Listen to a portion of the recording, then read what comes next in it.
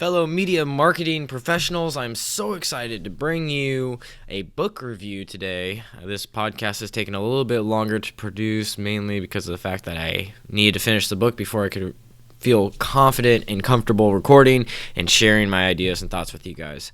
So how did the book reading come about for reading Why Johnny Can't Brand? Well, on the previous podcast with Phil Bernstein, you probably heard he explained that this would be a good book to read if you're in the marketing world, and so I actually happen to own this book. Well, not currently owned, but it was in my possession. I want to say thank you so much to my previous coworker for letting me borrow this book. I am going to send you this book after I finish this recording.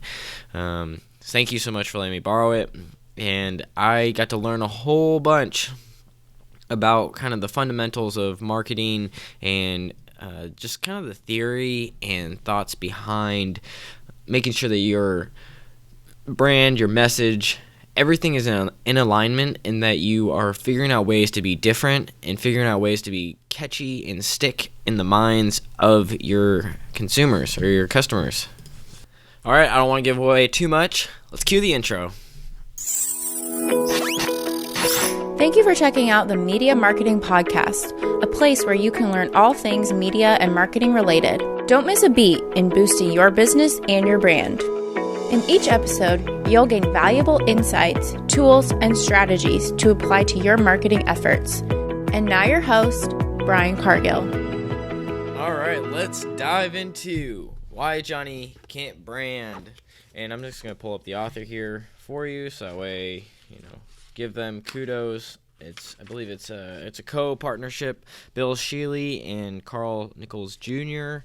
And reading their bio at the end, it looks like they have a pretty extensive knowledge about marketing. They've worked with a lot of big brands. I think they mentioned Procter & Gamble, Coca-Cola, etc. But pretty impressive stuff. This book is up there with recommendations such as books like Blue Ocean Strategy, Building a Story Brand. This one has been thrown around quite a bit, and I liked it. My overall thoughts, I thought it was an enjoyable read. For me, it taught me a lot about the importance of being unique and standing out. A big theme is thrown throughout this book is DSI, a distinguished selling idea, kind of like a UVP, unique value proposition. So what is it that you're doing that makes you stand out? What's that distinctive thing? And what idea or aspect about it gets lodged in people's minds and makes you top of mind when they're looking for a product? And it actually inspired me. For myself, they talk about trying to be number one in a category. And for me, I was like, okay, I want to be number one in videos in Oregon. And then from there, you need to kind of segment down, so I'm going to have to niche that down. So determining, how I want to be the number one person in videos for specific individuals, or whether that's a specific product or style that I go about it. That's something I'm going to determine in the future. But being number one was one of the things. And so you either become number one by just association, what people know you as, maybe you've already won some awards, or you create your own category. And I think that's what the beauty of marketing is that you're able to think outside the box and you're able to be innovative on how you go about it, how you're perceived. A lot of this is perception, and you can create your own perception. And so, speaking of perception, starting at the beginning, this book talks about the power of your name. What does the name of your company say about you? What does it say about your organization? Does it explain just by reading the name what your product is, what your intent is with your organization? These are key things to think about when naming your company. Another thing that they mentioned in the book was less details and features, the further your message goes. So I think a lot of times we think that more is better, and that's honestly overwhelming for a customer or consumer, because that's so many things to consider that it muddles down that overarching what is the main thing that you want to be known for. And I think that's a good reminder for all of us. It's easy to think the sky's the limit, throw a whole bunch of things out there, but you're going to be, it can be quite overwhelming on the receiving end of all that. So, refining it down to, 3 to 5 things, maybe even less if you can. They talk about in the book having a product that people want, being number one in something else. Create a brand identity, your name, your logo. They use some great examples in here, and the example that I liked was they were talking about Toyota.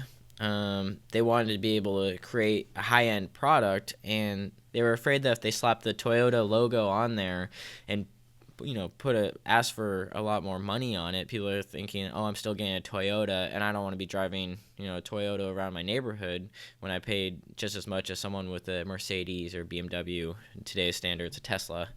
And so what did Toyota do? They created a whole nother brand identity, and that is the company Lexus. And I think a lot of us associate Lexus with, deluxe. It's very high-end, quality product. But you would never know, at least until I read this, that Toyota was their mother company. So something to consider if you're going to go venture into other product lines, and especially if you're going after a different market or demographic who has, substantial pocketbooks. You want to make sure that maybe you might consider rebranding yourself completely. Something to consider. They also talk about in the book appealing to people's needs, their own vanity. So what do people want more of out there? They want more money, they want more beauty, and they want more prestige. So if you can play into what people's desires are at the end of the day, I think that can be a big part of your brand identity. Is like how are we trying to reach people? And how are we kind of, I guess for lack of a better term, feeding their ego? But yeah.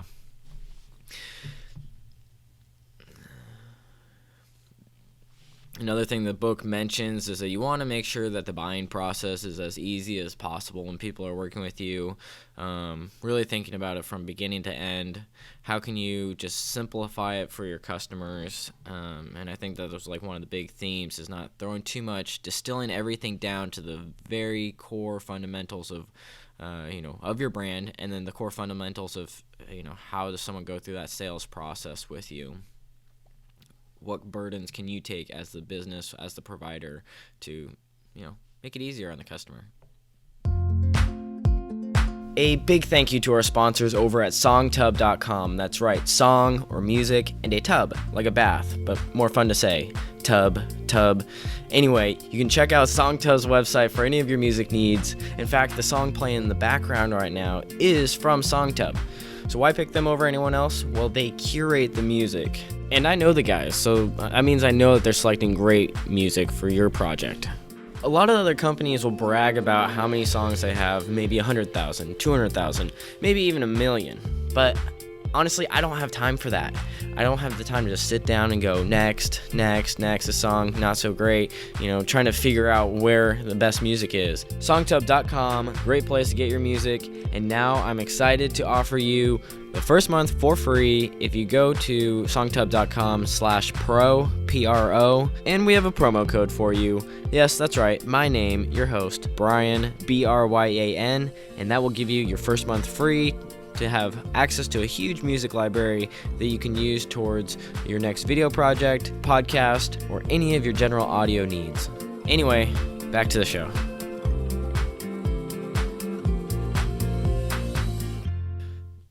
Another aspect of the book, they talked about being consistent with your promotion, maintaining your brand across all aspects of your company. So your brand touches your storefront, it touches your menus, it touches the paperwork. Can you make all of that cohesive? Does it all feel the same? And do people know when they see that logo, wherever it is, or those colors, what they are signing up for? If you produce consistent quality materials everywhere else, you're starting to plant the seed in the viewer's mind or the consumer's mind that the next piece of material with your logo on it is going to be quality. It's going to be worth their time. Another thing that people kind of run into is being specific with the details of their product, what it can actually do for the customer.